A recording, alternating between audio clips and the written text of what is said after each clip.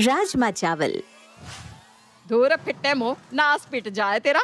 राजमा चावल बोलकर ये पुलाव लाकर थमा रहा है मुझे। काले चश्मे क्या पहन लिया मैंने? तूने तो मुझे अंधा ही समझ लिया। धीरे बोलो ना मम्मी। अरे मुझे मत सिखा। राजमा चावल खिलाएगा बोलकर मुझे यहाँ लाया था ना तू। अरे कैसा रेस्टोरेंट है ये? मुझे राजमा चावल भी नहीं ला कर दे रहे ये लोग। मुझे नहीं खाना यहाँ। परविंदर जोर जोर से चिल्लाने लगती है और उसकी आवाज सुनकर रेस्टोरेंट का मालिक वहां आता है। क्या गलती होगी मैडम, बताइए, हम अभी डिश चेंज कर देते हैं। राजमा चावल लाने को कहा था इसे, और ये बावला देख क्या लेकर आया है। पुलाव। चावल में काजू डालकर 30 मार खान बन रहा है। यही खाना होता तो मैं यहाँ क्यों आती? अरे यार मम्मी, धीरे बोलो, सभी लोग देख रहे हैं। ऐसे ही तुम्हारे इस राजमा चावल के भूत के कारण मेरी शादी मुश्किल हो रखी है, और तुम चिल्लम चिल्ली करोगी तो जो बची कुची इज्जत है ना वो भी चली जाएगी। क्या हुआ परविंदर? तू तो वही बहू लेकर आई थी ना, आ गया स्वाद। लगता है बहू ने अब तक राजमा चावल नहीं खिलाए। मेरे घर में तो राजमा भी है और चावल भी है, बस बनाना किसी को आता नहीं। तू अपना कर देख। खुद के घर पर तो खाने के लाले पड़े हुए हैं और मुझे बोल रही है नास पीटी। चल संजू यहाँ से, वरना इस बबले की हड्डी पसली एक हो जाएगी मेरे हाथों। कंफ्यूज हो गए क्या? अब परविंदर का कैरेक्टर ही ऐसा है, अच्छे अच्छे कंफ्यूज हो जाते हैं। तो मैं और आप क्या है? तो मैं आपको इंट्रोड्यूस करवाती हूँ परविंदर से। परविंदर को बचपन से ही राजमा चावल खाने का बड़ा शौक था। वो अपनी कामवाली के हाथों के राजमा चावल की ऐसी दीवानी थी कि शादी के बाद वो उसे अपने साथ ससुराल भी ले आती है। पर एक दिन उसकी कामवाली ऐसी छुट्टी पर जाती है कि लौट कर आती ही नहीं। बस फिर क्या था, उसके बाद से बेचारी परविंदर का राजमा चावल खाने का सपना सपना ही रह जाता है। अपने इस सपने को पूरा करने के लिए परविंदर ने क्या क्या नहीं किया। अपने बेटे प्रीतम की शादी तक करवा देती है, पर हे भगवान, तेरा लाख लाख शुक्र है, आज मेरा सपना पूरा हो गया। हे अन्नपूर्णा माँ, बहू के हाथों में ऐसा जादू देना कि राजमा चावल का स्वाद बिल्कुल मेरे पसंद के राजमा चावल की तरह निकले।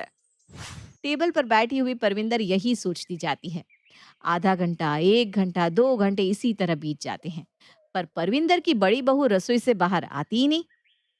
अरे बहू, मैं जानती हूँ कि तू दुनिया की सारी डिशेस बनाना जानती है, पर देख, अब ना सारे डिशेस बनाने मत बैठ जाना। मुझे तो बस राजमा चावल खिला दे बहू। और तभी सुषमा रसोई से दोनों हाथों से एक बड़ा सा पतीला पकड़े बाहर आती है और उस पतीले को अपनी सास के सामने डाइनिंग टेबल पर रख देती है। परविंदर उस पतीले के अंदर झांकती है, जिसमें गिनकर राजमा होते हैं। ये क्या मजाक है बहू? अब मजाक मत कर। जल्दी जाकर रसोई में जो तूने राजमा चावल बनाए हैं बाहर लेकर आ जा। यही राजमा चावल तो बनाए हैं मैंने मम्मी जी। ध्यान से देखिए ना, पतीले के साइड में चावल के दाने भी तो हैं। हैं? ये तू क्या कह रही है बहू? याद है मम्मी जी, मैंने सुबह आपसे पूछा था कि कितने राजमा चावल बनाने हैं, तो आपने क्या कहा था? मेरा पेट ही कितना है, अंदाज से कर ले। राजमा उबाल दे, पर उबलने के पहले अच्छे से भिगो देना। इसलिए मैंने बड़ा सा भगोना लिया और उसमें 4 दाने राजमा के भिगो दिए। वैसे तो आपने चावल का जिक्र भी नहीं किया था, पर मैंने ना 2 दाने चावल के ज्यादा ही भिगोए हैं। अब इसका क्या करना है बताइए ना? हैं?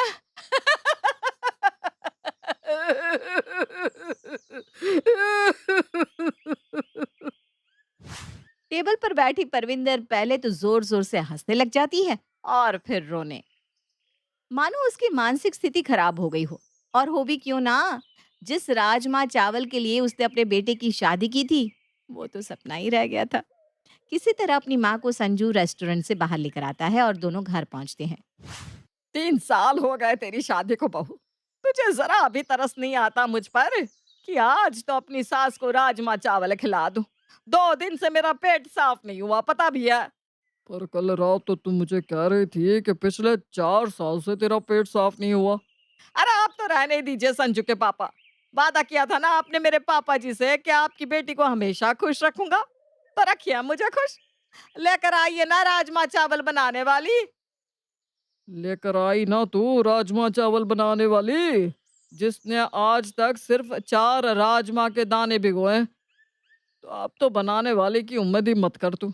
मैं तेरे लिए राजमा बना तो नहीं सकता, पर बना बनाया राजमा चावल तुझे खिला जरूर सकता हूँ। रमेश की बेटे की शादी है आज, भूल गई क्या तू?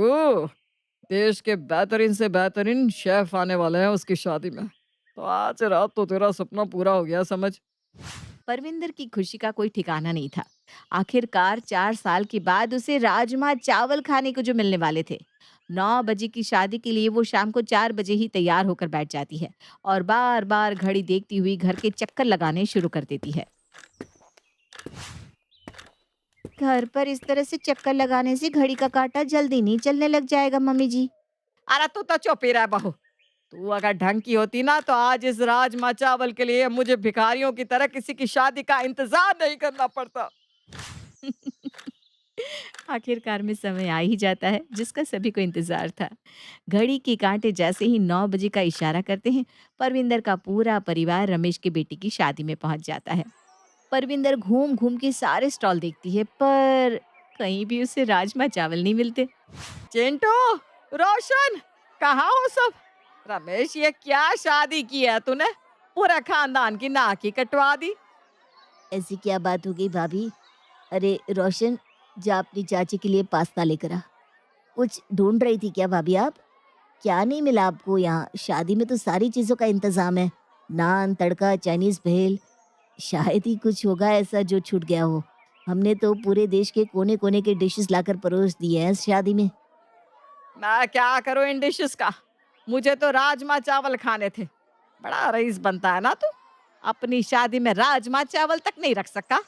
अरे भाई, इतनी पैसों की तंगी आ गई थी तो राजमा और चावल मुझसे लेकर बनवा लेता। शादी के बीचों बीच ही परविंदर जोर जोर से तमाशा कर भीड़ इकट्ठा कर लेती है।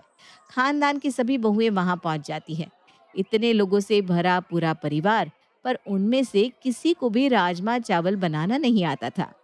कोई नहीं था जो जाकर राजमा चावल बनाकर परविंदर के गुस्से को शांत कर सके। और बिना कुछ खाए ही परविंदर उस शादी से वापस अपने घर लौट आती है। बेचारी परविंदर, उसका सपना तो मानो पूरा होना लिखा ही नहीं था। और राजमा चावल की उम्मीद लिए वो अपने छोटे बेटे संजू के लिए बहू ढूंढने लग जाती है। एक ऐसी लड़की जो राजमा चावल बनाने में एक्सपर्ट हो। पर किसी भी लड़की के हाथ का राजमा चावल परविंदर की पसंद का नहीं था और संजू की शादी टलती ही जाती है। एक रोज परेशान होकर संजू लव मैरिज कर एक लड़की को अपनी पत्नी बनाकर घर ले आता है। यह सब क्या है संजू? कौन है यह लड़की? आपकी इस राजमा चावल के चक्कर में मेरी शादी होना मुश्किल होता जा रहा था। न जाने कब आपको किसी लड़की के हाथों का राजमा चावल पसंद आता और न जाने कब मेरी शादी होती। इसलिए मम्मी मुझे ये सब करना पड़ा। माफ कर देना। एक आखिरी उम्मीद बची थी मेरी, तेरी बीवी। ऐसी लड़की लाती जो मुझे राजमा चावल बनाकर खिलाए। ये सब कौन सा मैं जानबूझकर कर रही थी बेटा? पर एक बार तेरी भाभी के टाइम गलती कर चुकी हूं मैं। उसके मायके वालों ने कहा था बहुत अच्छा खाना बनाती है हमारी बेटी, और मैंने मान भी लिया। पर शादी के बाद सारी असलियत सामने आ गई। इसीलिए मैं पहले ही टेस्ट ले रही थी बेटा। लोग तो गाड़ी में भी टेस्ट ड्राइव लेते हैं, तो ये तो मेरे राजमा चावल बनाने वाली बहू की बात थी। पर उस पर भी पानी फेर दिया तूने। आज मेरा दिल टूट गया। कसम खाती हूँ मैं, अब से मैं अन्न का एक निवाला नहीं खाऊंगी, चाहे अब भूखे भूखे मेरी जान ही क्यों ना चली जाए। और गुस्से में परविंदर अपने कमरे में जाकर बैठ जाती है। परविंदर की हालत देखकर सभी घबरा जाते हैं, पर नई बहू प्रेरणा मुस्कुराकर रसोई में चली जाती है। 1 घंटे बाद प्रेरणा अपनी सास के कमरे में राजमा चावल बनाकर ले आती है। आप अपना अनशन मत तोड़िएगा मम्मी जी, बिल्कुल भी नहीं। और किसी के कहने पर तो बिल्कुल नहीं। आखिरकार लोगों ने आपके राजमा चावल की प्यार को मजाक बनाकर रख दिया है। पर एक बार इस राजमा चावल को टेस्ट कर लीजिए ना। अगर पसंद नहीं आए तो पूरा जीवन पड़ा है, वापस सब भूख हड़ताल पर बैठ जाएंगी। किसने रोका है? राजमा चावल की खुशबू से परविंदर खुद को रोक नहीं पाती और जैसे ही वो पहला निवाला खाती है, उससे अपने फेवरेट राजमा चावल याद आ जाते हैं। बिल्कुल वही स्वाद जैसा उसकी कामवाली बनाया करती थी। उनकी खुशी का कोई ठिकाना नहीं रहता और वो प्रेरणा के साथ साथ सुषमा को भी गले लगा लेती है।